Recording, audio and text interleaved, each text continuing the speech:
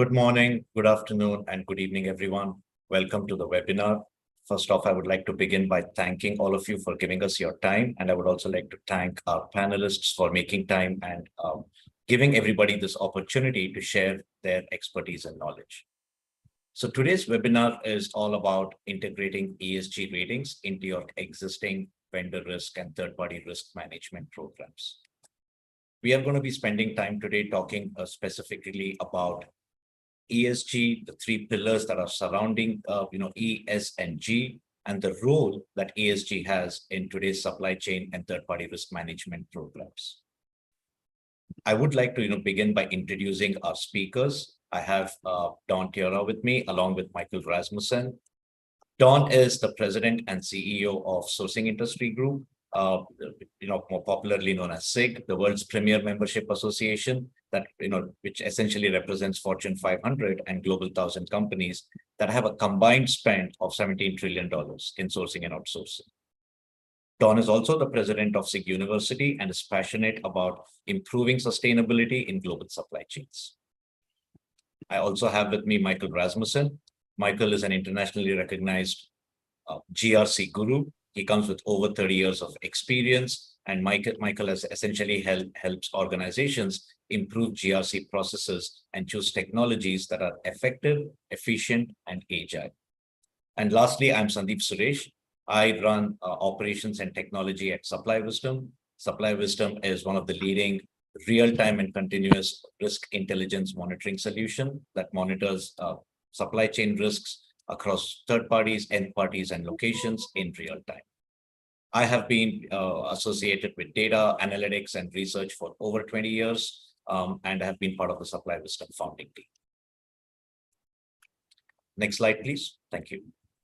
So if you look at current environment and scenario today, you can see that there is a sudden rise in regulations, right? And many people actually feel that ESG is a new buzzword, but the reality is ESG has been around for a while, especially if you look at the investment world. However, what we are now seeing is a different set of stakeholders within procurement, third-party risk, supply chain, and compliance who are now looking at ESG and trying to understand what that means for them.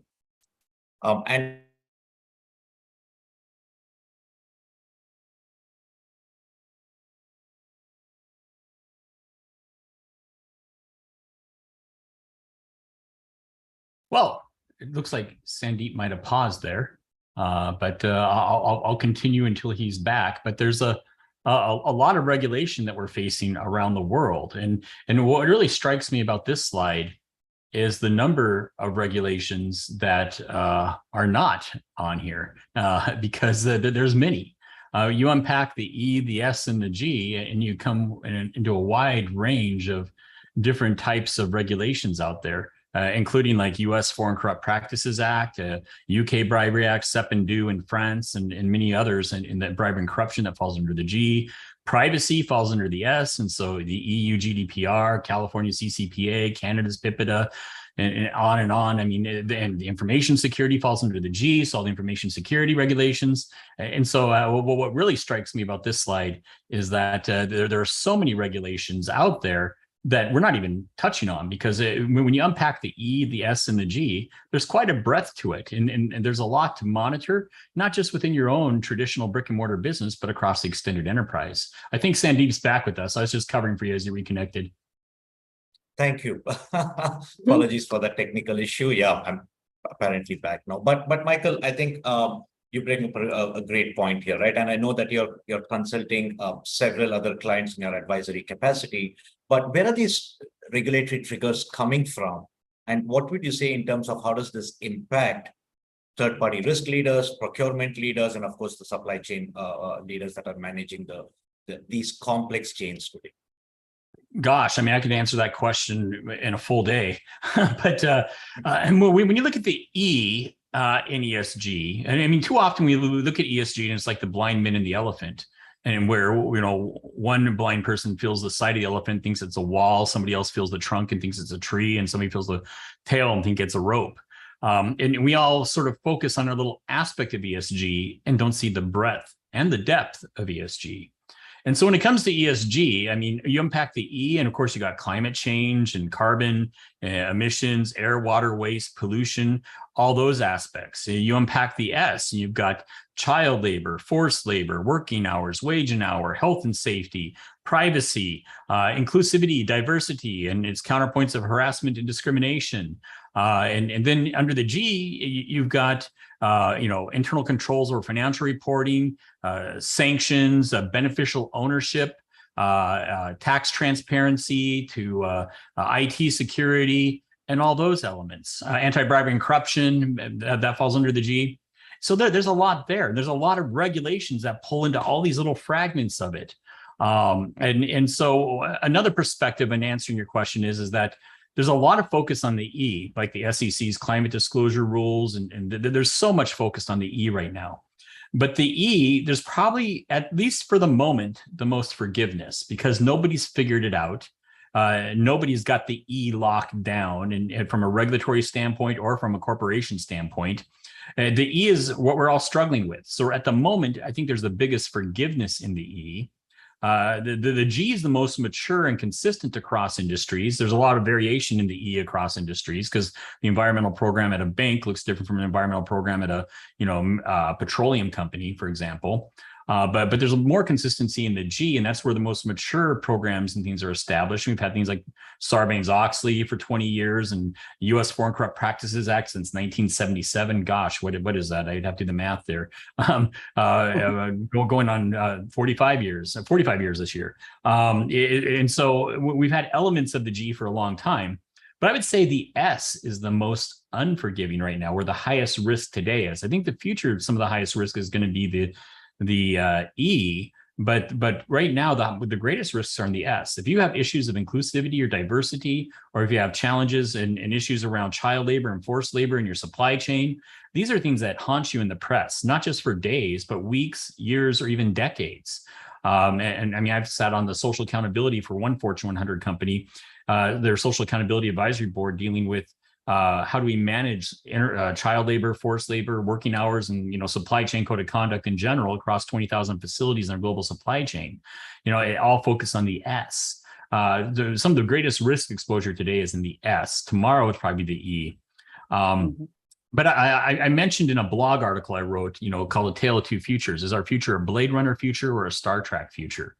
We're headed towards one of these two or somewhere in between.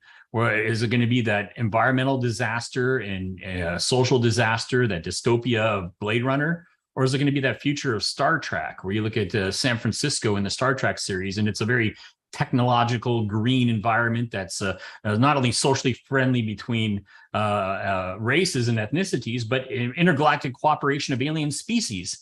Obviously, there's stories, so there's tension, but it's a very different environment. And the decisions not only corporations make, but businesses make, it sets us on the course and path towards one of these two futures, a Blade Runner future or a Star Trek future. But no, what's really interesting, though, is that we cannot address ESG without getting right to the heart of your question, without looking at the extended enterprise. Today's modern business is not defined by brick and mortar walls and traditional employees.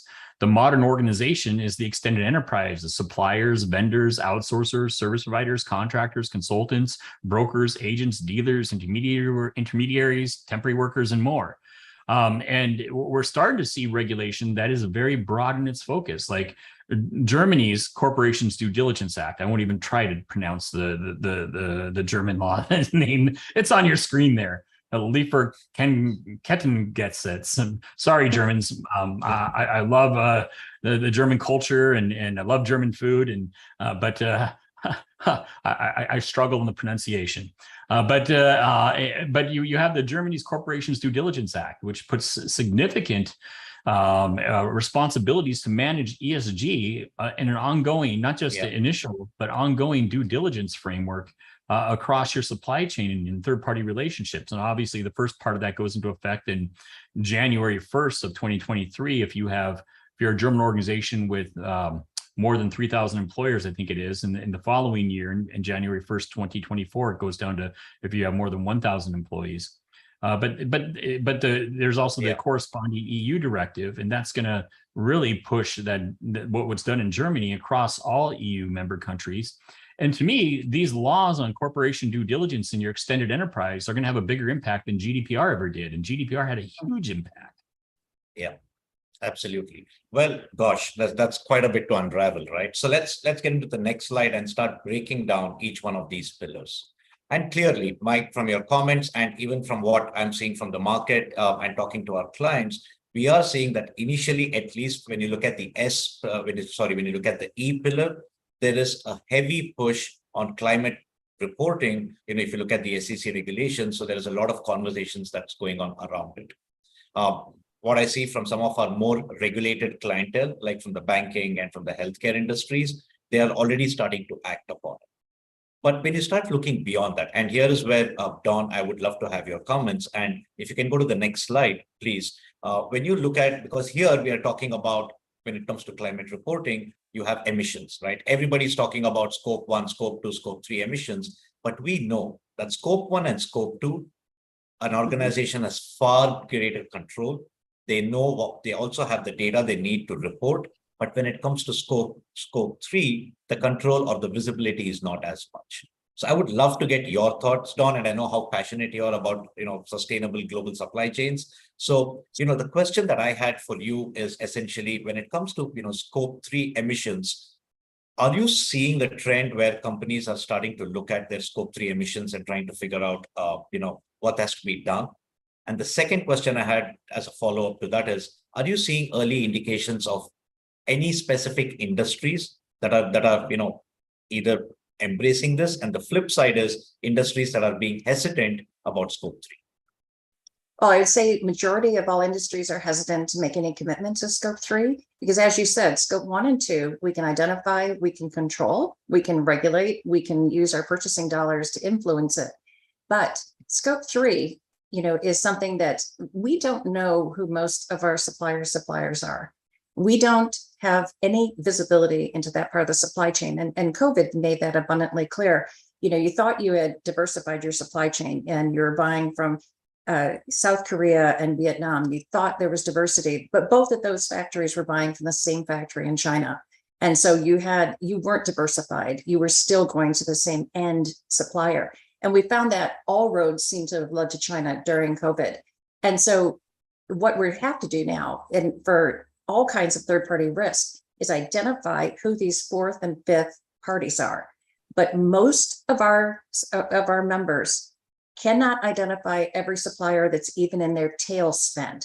They know they're 20%, the big spend dollars. But once they get into the long tail, most of them have never analyzed it, have never looked at it for risk. And there's so much risk in the tail. If you don't know who the suppliers are and you don't know who you're doing business with, a $10,000 agreement can literally take out your organization's reputation if you go with the wrong supplier, or if it introduces additional risk into your supply chain. So until we get better visibility, better data, and then the ability to analyze it. And there are some great tools out there right now that crawl through the tail. They use AI to analyze it. They identify the risk that's in the tail. But the tail's always been something that wasn't sexy. It wasn't fun. I don't want to look at a $10,000 agreement. I want to be looking at the $100 million agreement. I want to be talking about, where we're going to outsource and geopolitical risk. I don't want to look at these small agreements. And yet that is the area that we have to start identifying. And so once we can understand all of our suppliers, who exactly we're buying from, down to the very last one, we're never going to get to the point of seeing their suppliers. Now, the only industry that's doing a good job right now is actually the food industry, because with the use of blockchain and other reporting mechanisms, they can go right down to your potato was picked from this, from this farm in this acre. That kind of food identity can go right down to the end and where it was in the supply chain and how it traveled to you. So food is doing an excellent job, and mostly agriculture, but beef, we can identify where beef is, right down to what field it was raised on and what kind of grain it ate. So we have to do it with food because people are demanding it. But as we start going through the supply chain, I should be able at some point pick up my phone and say, these are all the countries that it came from. These are all the suppliers that created it. This is where all of the minerals and things that are used to create the batteries and the and where my processor was actually created, we should have that visibility on every single item that we have and that we use in our supply chain. And right now we don't have that visibility. So while it might be 70%, it could be even higher because we don't know what we don't know. And there's so much data that needs to be analyzed. So I think we will get better over time, but there's a lot of our organizations would rather focus on the S component of ESG, and they get very quiet on the E right now because they don't have their arms around it. Great point. So Dawn, the two key takeaways that I get from this is one, you need greater visibility into your supply chain, right? That goes beyond just your third parties or maybe even their third parties, which is just the first layer, right? You need to go all the way down to the nth parties to understand what your supply chain looks like, right? That's answering the first part of the equation. The second part being, now that you have visibility into this, how are you managing your risks on an ongoing basis? Because we know things change fluid, things can change almost overnight instantly. So the need is greater visibility and greater oversight on whatever is visible. Yeah, and every business at some point is going to be responsible to know their own carbon footprint and to be able to report it. But right now we ask, for example, when we do our events at hotels, we have to bring in our own consultant to give us a carbon footprint of that hotel. The hotel's claiming that they are going ESG, direction of ESG, but they don't even know their own carbon footprint. And so every time we switch hotels and go to a new venue, we have to bring in consultants who will study their infrastructure and give us an ESG footprint for that property. And I actually talked to the president of one of these hotel chains just recently. I said, that's heinous. Why am I paying thousands of dollars to bring a consultant then when you should have that at the tip of your tongue?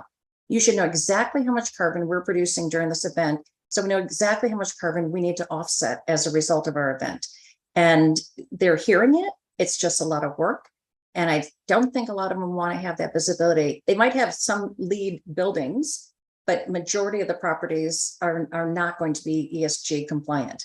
And they're going to look bad if they release a carbon footprint. So it's very, very hard to get that information, even when you go to the top of some of these companies. Well said, well said. As we start unraveling the other pillars of ESG, and Mike, I know you touched upon this briefly, but I would love to get a little more thoughts from you in terms of, while there is this huge emphasis on climate reporting right now that's being driven by regulatory requirements, you alluded to it in terms of how the S component can actually have an immediate impact on a company's, basically on external perception as well as performance. And at the same time, governance can also have a cascading impact. So I would love to get a few more comments on what you're seeing out there when it comes to the impact that the S and G are having at an enterprise level. Certainly. I mean, to me, the greatest consistency is in the G when you're dealing with internal controls and IT security and tax transparency, beneficial ownership, all these areas are anti-bribery and corruption. The G is the most established and the consistent. It's where the most consistent fines and penalties are as well out there, and in the enforcement of it. But to me, the S is where the greatest actual reputation and brand risk is, because that's where people are making significant decisions right now. Your customers and clients and prospects, they're making decisions on who to do business with on shared values, particularly around the S. Your employees are making decisions on who they work for, not just on salary and benefits, but also on a lot of things around the S when you deal with inclusivity, diversity, and commitment to health and safety and so many other all the other elements there. And when it comes to the supply chain, as I mentioned, I've sat for a while on a social accountability advisory board for one Fortune 100 firm dealing with 5,000 suppliers at 20,000 facilities in their global supply chain, all around supply chain code of conduct around the S, and in different and other aspects of the S. Just to bring out here is that when you have issues in the S, not just internally to your business, but across your extended enterprise and third-party relationships, those are issues that can haunt you for decades. I mean, you can think of major name brands that have had child labor issues that as soon as you talk about child labor, their brand pops into your mind, even though some of their issues were a few decades back. The S can have the most significant damage to the reputation and brand in the organization. It's the most, but the other thing I was going to point out, it's also the one that's sort of the hardest to get our hands around sometimes, because when it comes to the S, you have our standards of what should be in the S from a North American point of view, from a European point of view, but there's variation around the world on the S. And so what we might think should go into inclusivity and diversity, doesn't always work well in some cultures around the world, such as in the Middle East or in parts of Asia and so forth. And so the enforcing the S and putting a stake in the ground could be is the riskiest area that we have to address, but it's also the one that's sort of the hardest to address on a global context, because there's different religious and ethnic views on the S as well.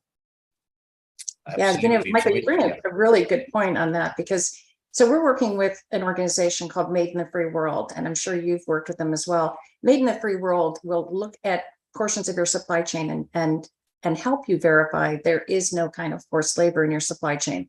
And that's their entire purpose. And then we just recently joined the Coalition for Gender Fair Procurement.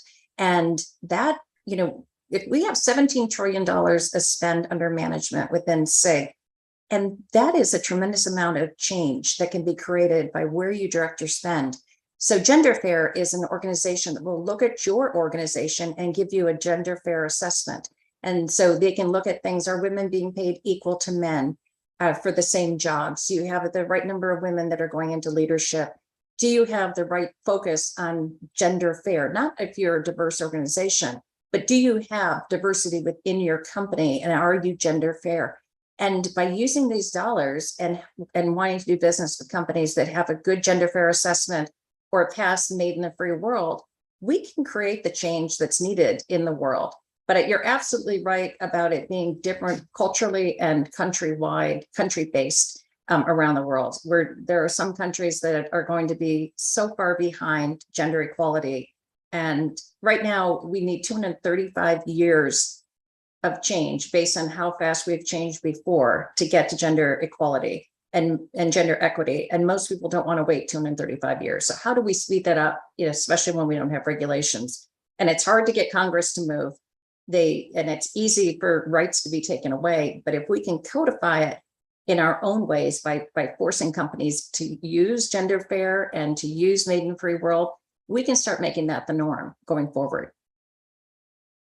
Great points, Don and Mike. So what this essentially tells me is, with so many nuances to covering these pillars, and with all of these subjectivities built in, the need to have a standards-based framework becomes critical, so that you're doing a true apple-to-apple comparison when you're looking at your supply chain or when you're looking at your portfolios. I know we will unravel this a little bit more, but I do believe that there is an audience poll question coming up. So I'm going to give the audience about 30 seconds to answer the poll.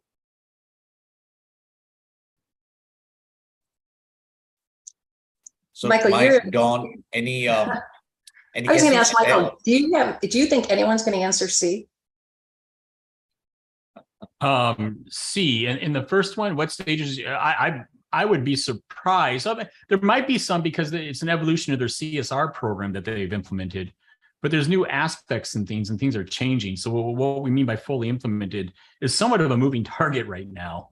Right. But there are organizations that have had strong corporate social responsibility programs that can be relabeled and rebranded ESG. There's just some new aspects and regulations coming to play, and new reporting standards and frameworks. But very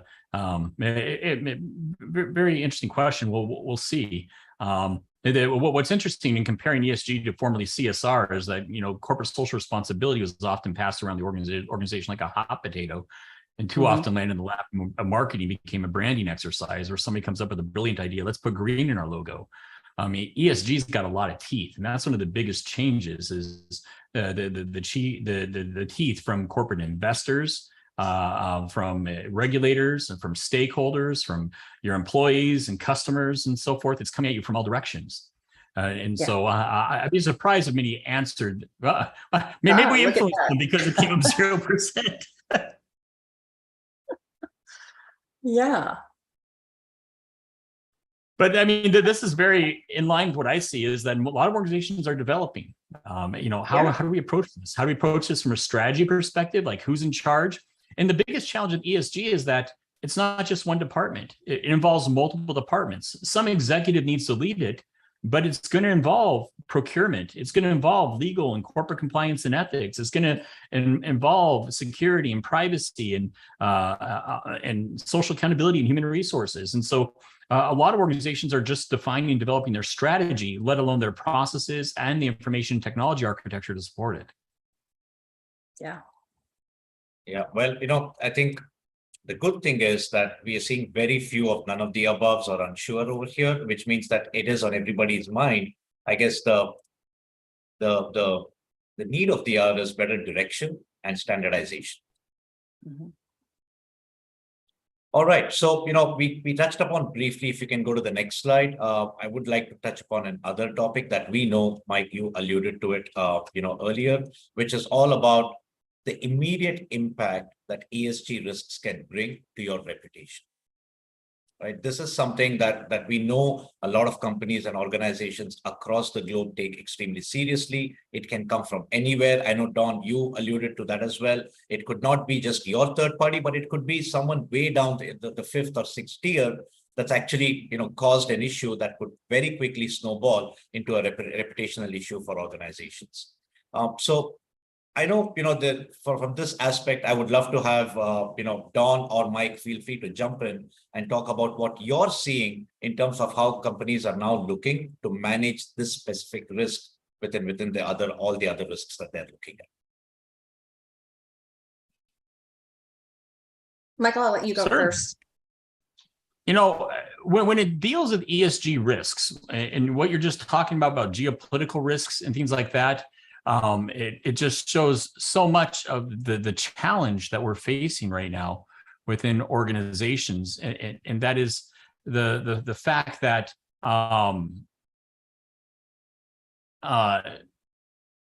that the main, well, let me quote the physicist Friedrich Capra. He said, the more we study the major problems of our time, the more we come to realize that they cannot be understood in isolation, that these risks, that these are systemic risks that are interconnected and interdependent. At the time, the physicist was talking about biological ecosystems, which can turn right into climate change there. But he might as well have been talking about the breadth of ESG risks. You take the pandemic, which was a health and safety risk that impacted our organizations and our third parties in the global world. What starts with the health and safety risk cascades into IT security risks in the work from home environment, not just for your employees, but your third parties that are working from home. Privacy risk in the work from home environment. What's the clean desk policy? What can be overheard on Zoom calls and other like team meetings and things that by roommates and spouses and children and visitors, or even through narrow apartment walls? There's increased privacy risk. There's increased bribery and corruption risk. Global imports and exports, basically, shut down and just trickled, and customs was backed up, and there's limited government contracts and permits. I bet we're going to see a huge spike in FCPA enforcement cases in the next few years because of all the bribery and corruption that happened during the pandemic. I bet you there's loads of it. There's increased risk of modern slavery because factories go dark because of the pandemic, and they reopen with child labor and forced labor.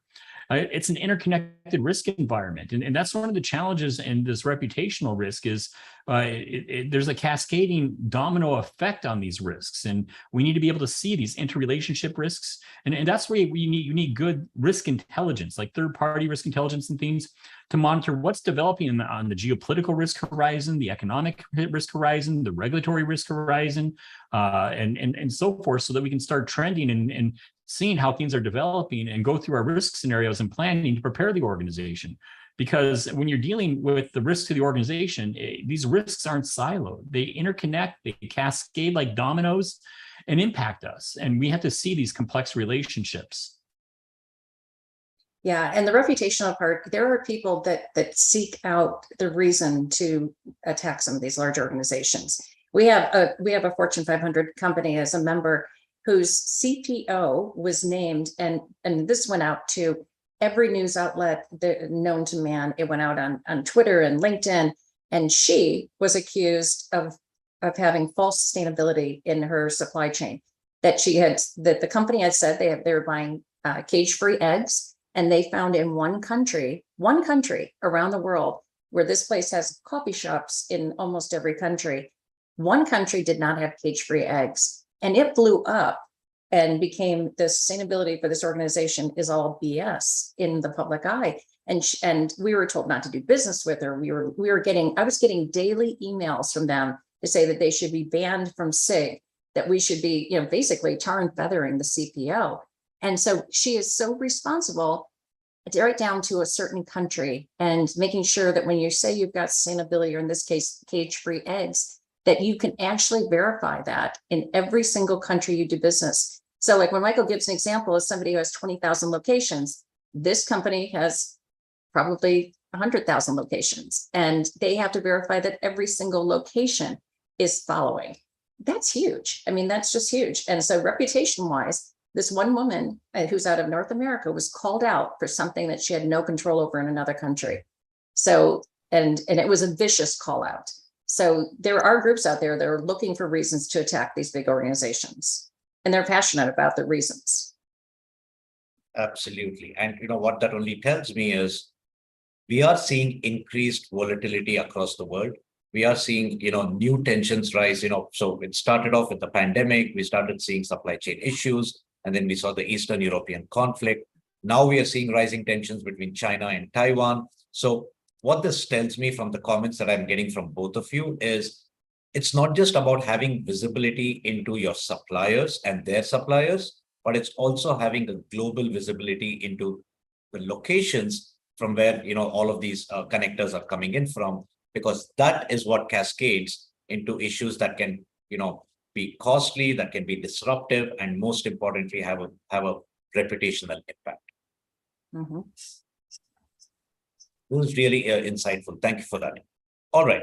So if you can go to the next slide, I do want to talk a little bit to the audience about, the poll results. I'm not sure if we went through them in detail. So very quickly for Don and Mike, does this surprise you? Is there something that stands out here?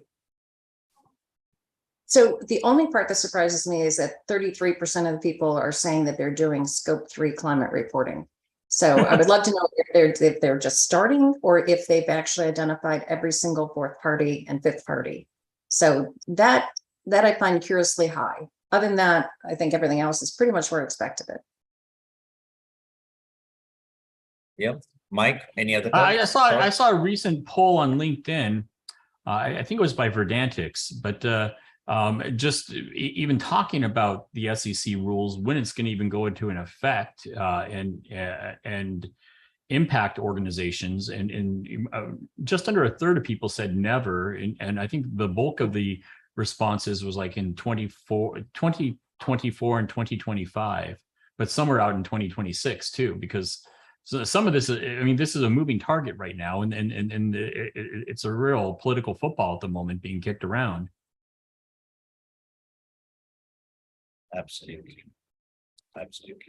So, the one thing that we briefly touched upon was how this impacts reputation, but we understand that it's not just on one area, right? It can cascade very quickly into several different areas as well, because it's something that, Don, you spoke about it, how an issue that occurred in one country snowballed into a global event that eventually had a very negative impact on a company.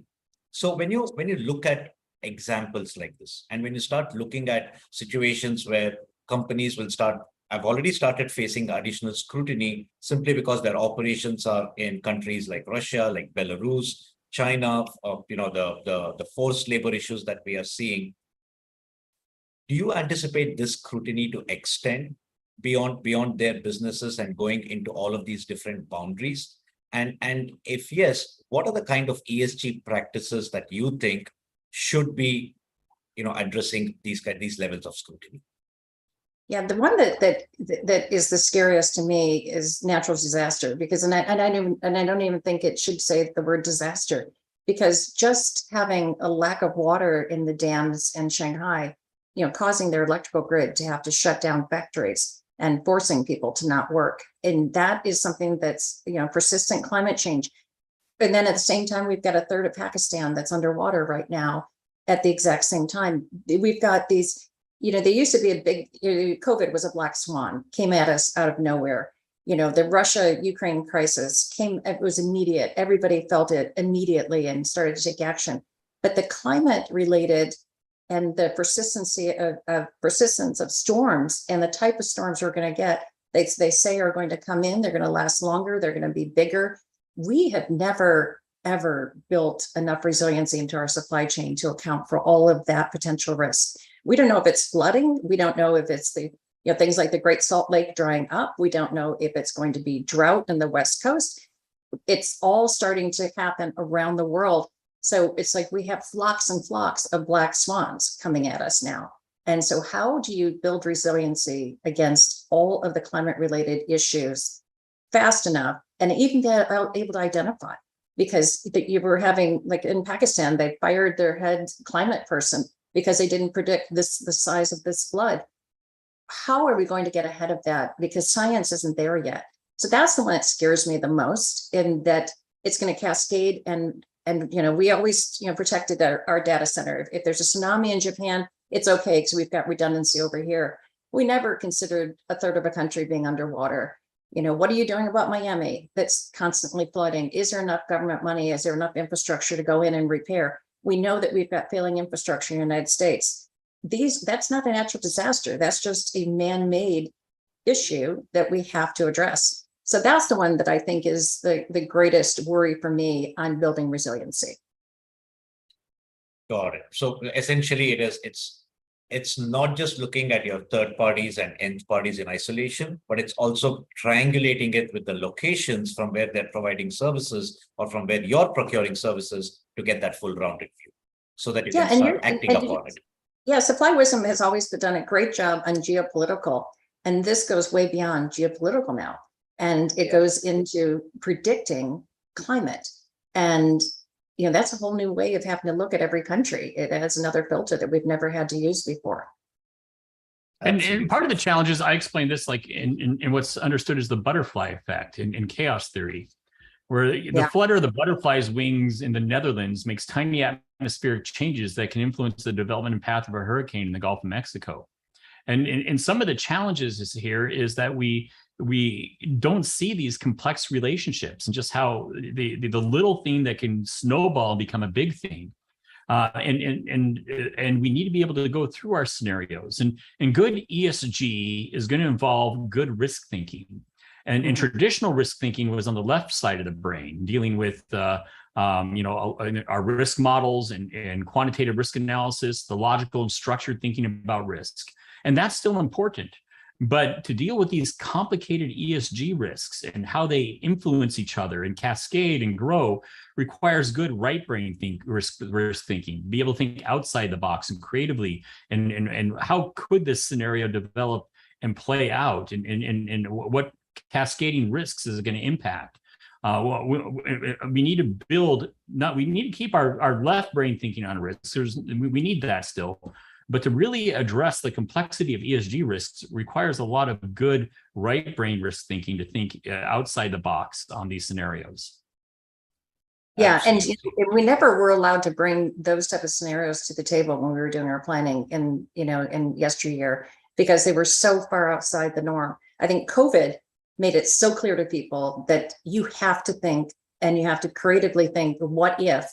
And that what if can happen. And now we have enough examples of what if that it allows us to bring those kind of scenarios to the table, but we can't protect against all risk. And it's going to be impossible. And that is the thing that I think that a lot of companies struggle with, is that some risk is, you've got to figure out what your risk appetite is from the board level down. And you've got to try and mitigate risk the best you can. But at some point, there is going to be a risk event, and it's going to be how you handle it, how you don't greenwash it, you don't sweep it under the rug, but how do you deal with a risk event? should you be just as important and built into just the soul of your company, so that when a risk event happens, and it will, whether it be cyber or anything else, how are you going to respond and how are you going to publicly face it? And I think that's something that we just have to get better at and have those plans in place as well. Absolutely. So, I think we all agree and we have established that ESG matters, and we all know the kind of risks that not having an ongoing view and monitoring mechanism in place to see these risks can have a downstream effect. Let's talk a little bit about how organizations are looking at this facet when it comes to procurement and third-party risk management functions. Dawn, I'm going to start with you, right? Are you seeing procurement teams within organizations now looking at ESG as part of their sourcing and selection process? Yeah, in the SIG Resource Center, we have entire templates on how to prepare RFPs and what kind of questions need to be asked. It has to be back in your sourcing strategy. What in yesteryear, we used to get a supplier in place and then talk about ESG monitoring going forward. And it was typically CSR. Now it's got to be upfront in your strategy, and it's got to be part of your due diligence on these companies before you invite them in to bid on anything. You have to understand their ESG profile, what their commitment to it is. Are they gender fair? Do they work with Made in the Free World and all these other organizations? You get the due diligence. You have to have it up front, and then you have to constantly monitor it, because something is going to change. So yeah, it's being built up right into the sourcing strategy now with all procurement professionals. Great. Mike, the question that I have for you is, and I think Dawn alluded a bit to it, is I believe the old days of scrambling for a PR response when something happens is not going to happen anymore. That's not going to cut it anymore. Everybody's expecting organizations to be more responsive, to be proactive, and of course, to be sensitive. Now, we know that risks can occur at any time, right? And even today, there is an over-reliance on assessments. So what are you seeing in terms of what your clients are doing when it comes to managing these risks that go, because like you said, ESG has a cascading impact, right? The butterfly effect. It can cascade down to reputational, to financial, operations, security, and so many other areas. What are you seeing your clients do to manage these risks on an ongoing basis? Oh, great point. I mean, one is strong defensibility. And so the issues are going to happen. Even the strongest ESG programs, you're dealing with human beings, and there's going to be mistakes. There's also going to be malicious behavior. You need a defensible posture, which means you need a strong system of record of what was assessed, what was communicated, what was done, what was evaluated. You need that detailed audit trail and system of record of all your activities related to this, from assessments to communication of policies to training. You need that. But to actually manage and deal with these risks, not just react to them, it requires good intelligence and insight. And part of that intelligence is dealing with resiliency. Part of it's dealing with agility. Resiliency is much more the here and now. If I'm running down the street and I trip over a pothole, resilience is how quickly can I get back up and start running again? Making that risk issue a very small issue and not something that's going to hang me up for too long. The resilience is that ability to bounce back quickly, to contain something. Agility is actually more important than resilience. Agility is the ability to see the environment. Again, if I'm running down the street, to be able to see that pothole and to leap over it or run around it, do some acrobatic flip over it, whatever it might be. Agility is to be able to leverage the environment to our advantage. And good organizations in this area are going to need good intelligence, like third-party risk intelligence and things, to be able to see operationally what's coming at us right now or in the near future, but also on the horizon scanning, what's developing and trending 1 year, 2 years, 3 years out, and how can that play out in different scenarios so we can prepare the organization. And we need good, clear intelligence on here that's the more immediate operational intelligence, as well as the forecasting horizon level of intelligence to not only be a resilient organization, but to be an agile organization. Mm-hmm. Absolutely. So now let's talk about what I feel is the most critical component of an ESG program. What matters in terms of standards, metrics, and frameworks? Because we understand that ESG can mean different things to different industries, to different leaders based on what their internal risk appetite and thresholds are. The point of view that I have on this, or rather the point of view that Supply Wisdom has, is, if you can go to the next slide, is having a standard framework is the starting point for building any such program. For example, within the Supply Wisdom framework, we understand the importance of not just the environmental reporting, but like Mike was saying, including the S and G components of it. These are some of the key metrics that we track that tie into some of the leading global standards that are out there. I'm going to start with Mike here to see, Mike, when you look at how clients are today managing their ESG footprint, their approach to their programs, what are some of the, if you had to name the top 3 things that matter to them from an ESG perspective, what do you think those would be? It could be a metric, it could be a standard they're following, or even an approach.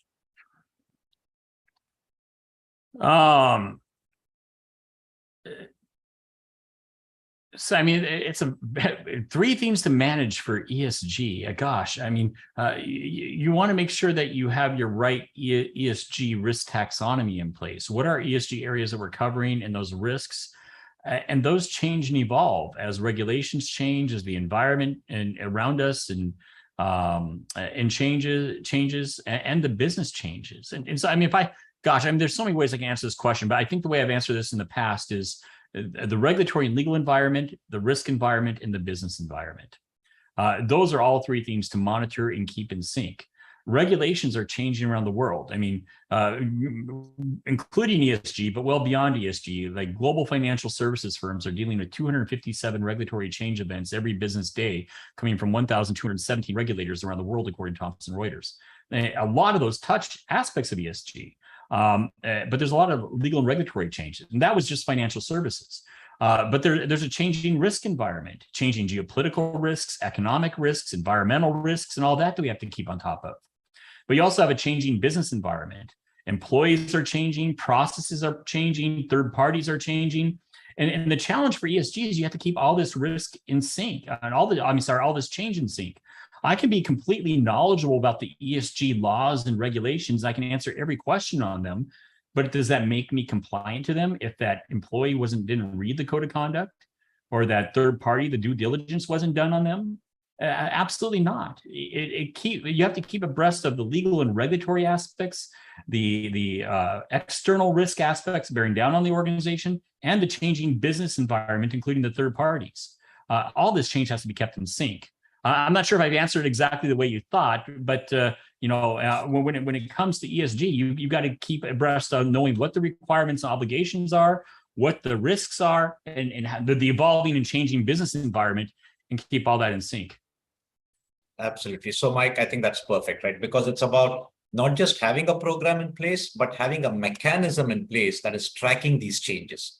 That can come from the environment, that can come from jurisdictions, that can come from policies and macro level trends.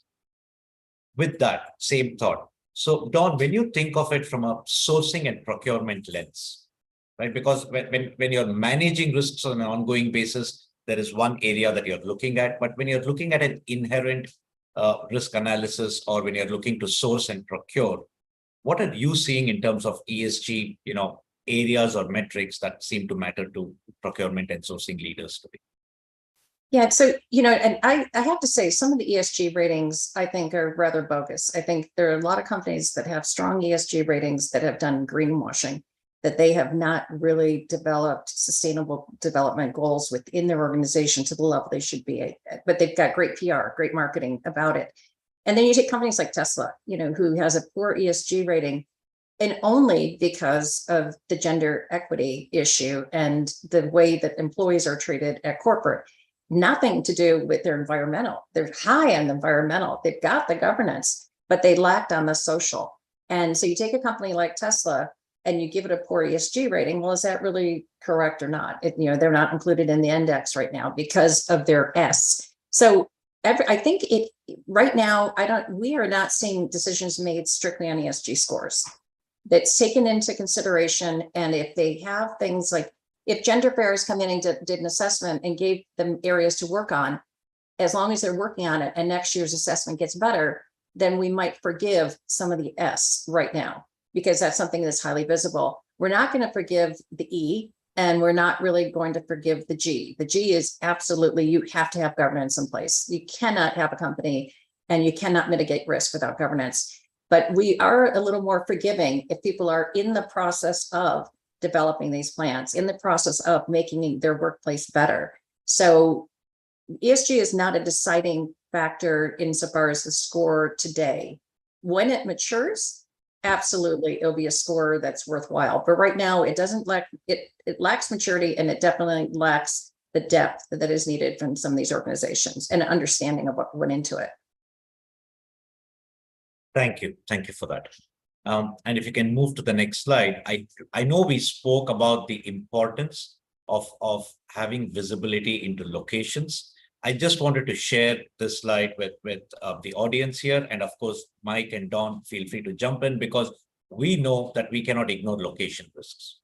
And location risks, even from an ESG standpoint, very quickly cascades into an organization's reputation and performance area as well. So having visibility into what an ESG risk dynamics are for a location becomes critically important. And from Mike's point of view, what he just mentioned before, monitoring that on an ongoing basis to see how it is changing, how it is evolving, is the risk trend rising or decreasing, and what does that impact to your organization then becomes critical. Just wanted to reiterate that aspect, but I would love for some comments from both of you. I know we are coming to the end of the hour, so any closing comments that you could give as leaving thoughts for our audience would be tremendously helpful. Yeah, the only thing I would say that in addition is to keep an eye on the global supply chain pressure index. It's a great index to understand how global pressure is working on supply chains and where the pressure is coming from country by country. So that indice right there is one that I think is really, really strong in telling you that you've got huge issues. But I love the stuff that you're monitoring for location.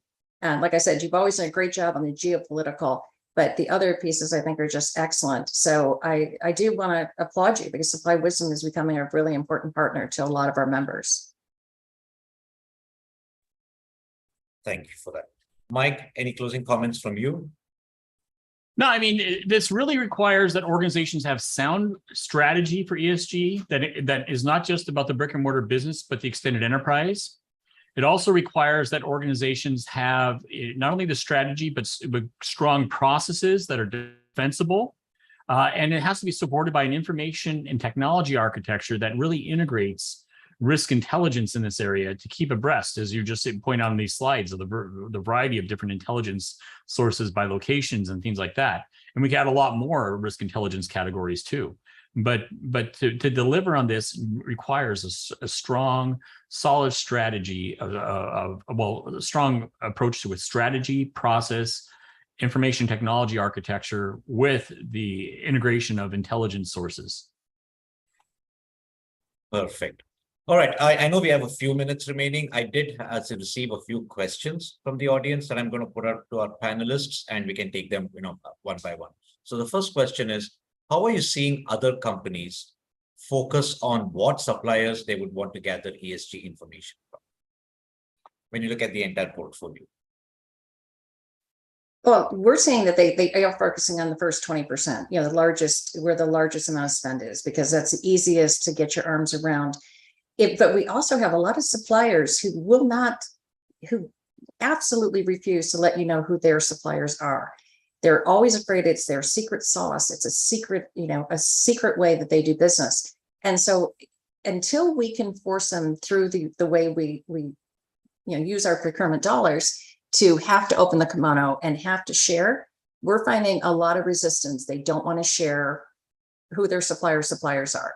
And that is a really unfortunate thing. I think over time, we're going to be able to insist on it more and more, because they'll vote and take their dollars elsewhere. But right now, there's a huge reluctance. I think as the younger generation gets more into leadership, there's going to be more transparency. I think the baby boomers that still need to try it out of the system still have the feeling that knowledge is power, and I'm going to hold it close. So we've got to get that mental state changed in people. They've got to open the kimono. They've got to be transparent, and we're not there yet by any means in most major organizations. Right. Okay. Thank you for that. There was another question that was related to can you give any specific advice for managing ESG within the utilities industry in West Africa? Very specific. Very specific. Michael, I'm going to throw that to you. I have no idea.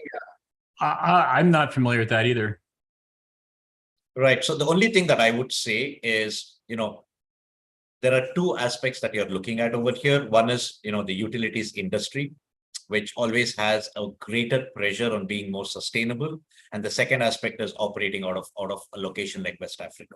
It's a region made up of multiple countries. Within that, you have multiple cities. So I would just go back to the same point that was made earlier, which is one, get greater visibility into the locations that your suppliers are doing business in, and two, get greater visibility into the supply chain of your suppliers. I did have one other question, Mike. This was specific to you. It was basically, asking for a little bit more elaboration on the Blade Runner and the Star Trek scenario. When you look at these scenarios coming up, how would an organization align each of the E, S, and G pillars across these scenarios? You're breaking up a little bit on my part. Can you repeat the question once more? Sure. Kindly elaborate on the Blade Runner versus Star Trek illustration. How would I align each of the letters in ESG with these two in the event of these two scenarios? Gosh, the Blade Runner Star Trek is just more of a loose analogy, not an allegory. Blade Runner, you look at it and it's a environmental disaster. People go outside in the city with gas masks and things on. It's obviously a social disaster, and there's corruption, so it's a governance disaster. Star Trek, you can't say it's perfect because there are stories, so there's got to be conflict and resolution. But on a social aspect, you do have intergalactic cooperation of races, so strong on the S. It is environmentally green, and it's not like that, acid rain, smog type situation of Blade Runner. It's a very sunny and green space in the future when you look at Star Trek, and obviously there's strong governance, not just within a country, but the United Federation of Planets and things. But that might be carrying it a little too far because it wasn't meant to be an allegory, more of an analogy. Point taken. All right. So this brings us to the end of the webinar. Just wanted to leave you with this slide. Feel free to reach out to us if you need any access to the reports that we already have. And of course, if you want to know more about how you can enhance your existing programs or bring in ESG as well. Well, I do want to thank Don and Michael. Thank you for giving us your time. Thank you for sharing your expertise. Appreciate all of the knowledge that you shared with us today. So thank you, everyone. Have a great day. Have a great rest of